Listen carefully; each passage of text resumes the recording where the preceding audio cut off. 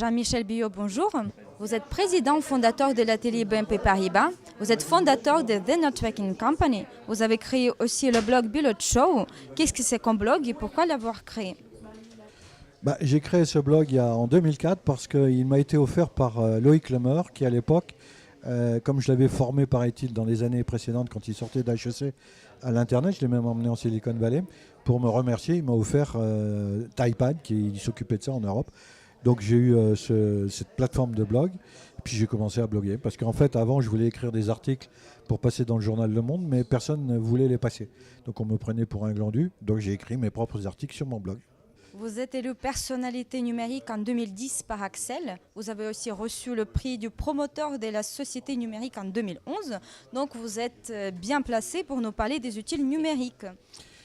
Les outils numériques, comme vous le remarquez, je suis handicapé, je suis amputé d'une jambe, donc je ne peux plus me déplacer facilement.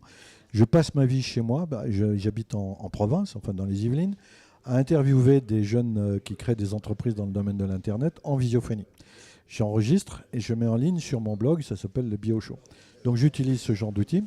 Je pense qu'on va à terme faire de plus en plus de business en monde virtuel plutôt qu'en monde réel, mais les gens ne sont pas encore préparés à ça.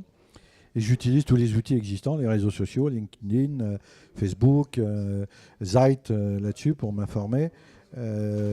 J'utilise tout. Et donc j'ai mis en place une mécanique parce que moi, mon business model, c'est de donner des conférences où je reçois des honoraires. Donc il faut que il faut faire de la veille technologique, il faut faire de l'analyse. Aux États-Unis, je suis répertorié comme analyste et je suis invité de temps en temps gratuitement par Microsoft, Salesforce ou autres. Ensuite, il faut que je sois visible. Bon, pour être visible, il y a tout ce qu'il faut aujourd'hui sur Internet. Et ensuite, il faut qu'il y ait des entreprises traditionnelles, comme les caisses d'épargne ou autres, qui me disent, tiens, M. Biot, viens donc vous faire une conférence à nos cadres, parce qu'on est un peu dans le bleu.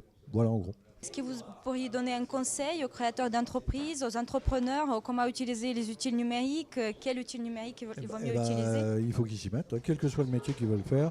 Ils veulent ouvrir une boulangerie, ils veulent être un pure player sur Internet. Il faut qu'ils se mettent, comme moi, à tout ce bidule-là. Donc il faut se former. J'ai proposé à mon département, par exemple, de créer une école Internet, non pas pour apprendre Word ou je ne sais quoi, pour apprendre les outils du 2.0.